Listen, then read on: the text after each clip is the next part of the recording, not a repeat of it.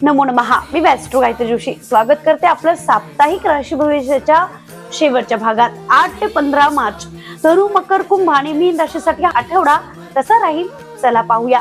धनु राशीसाठी भाग्योदयाचा काळ आहे. नवीन घर किंवा जमीन खरेदीचे व्यवहार या आठवड्यात पूर्ण होऊ शकतात.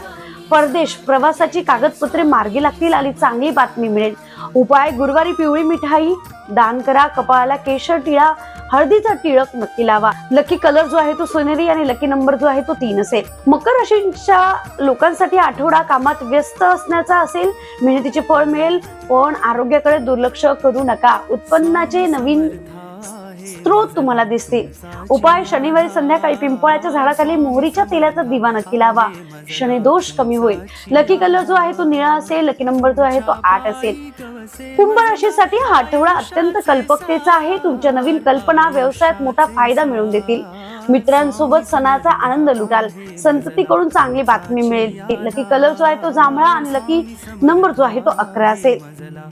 मीन राशीच्या जातकांसाठी हा काळ आध्यात्मिक शांतीचा आहे. दानधर्माकडे कल वाढेल. अडकलेली जुनी देणी वसूल होतील आणि घरातील ज्येष्ठांचे आशीर्वाद लाभतील. उपाय: होळीच्या दिवशी एक नारळ स्वतःहून ओवाळून अग्नीत टाका. तुमचे संकट भस्म होतील. लकी कलर जो आहे तो पिवळा. लकी नंबर जो आहे तो 6 असेल. तुमच्या आयुष्यात सकारात्मक बदल घडवण्यासाठी आणि आमच्या खास रेमेडीज पाहण्यासाठी चॅनलला नक्की सबस्क्राईब करा. श्री स्वामी समर्थ.